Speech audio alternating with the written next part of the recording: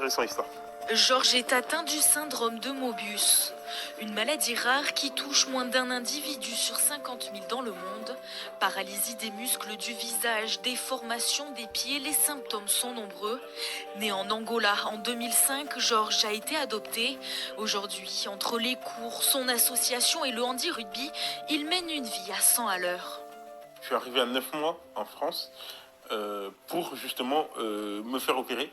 Et alors, le projet, c'était que je vienne 3 mois, je crois, et que je reparte. C'était juste de régler les problèmes et de repartir. Sauf que avec l'opération, il y a eu beaucoup de kinés. Pendant 18 ans, j'ai fait du kiné et tout. Si j'étais reparti, ça aurait été très compliqué là-bas. C'est pas les mêmes conditions qu'en France. Donc, j'ai eu la chance que ma mère et mes parents décident de me garder, quoi, pour que je puisse avoir une enfance bien et que je puisse marcher un jour. Il y avait un médecin qui leur avait dit que je marcherais jamais. Bah, voilà, ils ont pris la revanche et aujourd'hui je marche. Là, il n'y en a qu'une, non? Oui, mais du coup on passe du nombre de feux au nombre d'habitants. Il faudrait arriver que dans la même, ça sépare Ouais. le nombre de feux. Donc, il faut restructurer les données.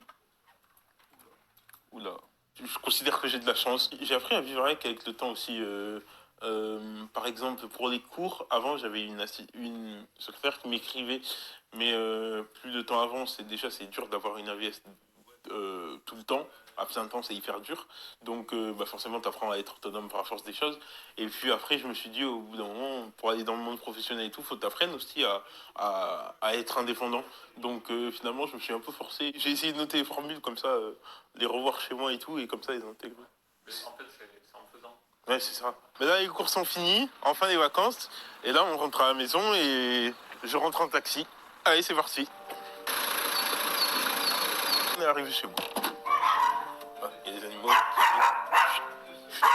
Ma chambre, voilà. Et c'est là où je fasse le plus clair de mon temps. Je suis souvent à Perpignan parce qu'avec le rugby et la fac, je fais que dormir ici, je pense. Mais voilà, c'est là où je dors, c'est là où je rêve des dragons, tout ça, voilà. Et c'est là où je travaille aussi, mon bureau. Il faut être ambitieux dans la vie, hein. Mon rêve, c'est d'être grand reporter et tout. Et donc, j'ai tenté Sciences Po. Sur le moment, bon, t'es un peu dégoûté quand tu rates et tout. Mais tu te dis, mais ça te sert en fait ce que tu fais.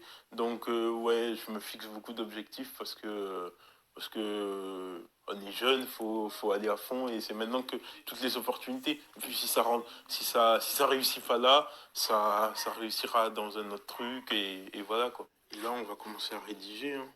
C'est plutôt une force limite parce qu'il y a l'handicap et mon histoire personnelle.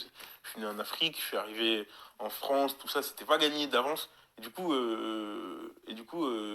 Ça me. Et puis il y a plein de gens il y a plein de gens qui m'ont aidé, mes parents, tout ça. Donc je peux pas décevoir des gens. Donc me donner à fond et essayer de donner un maximum pour réussir et pour aider les autres. Et voilà, donc forcément je suis un peu obligé de rendre honneur, quoi, et de continuer. De rendre ce qu'on m'a donné à une infime échelle, mais de m'engager, d'essayer de faire quelque chose pour les étudiants. Et puis, moi, j'ai été très bien accueilli quand je suis arrivé à la fac. Donc, oui, c'est important. Pour que tout le monde puisse s'intégrer, c'est important. On m'a toujours appris à toujours te voir gagnant, toujours avoir la positive attitude, toujours jamais te morfondre, quoi. Tu tombes, tu te relèves, et puis ça va aller, quoi. Et ça ira mieux demain, on va trouver une solution.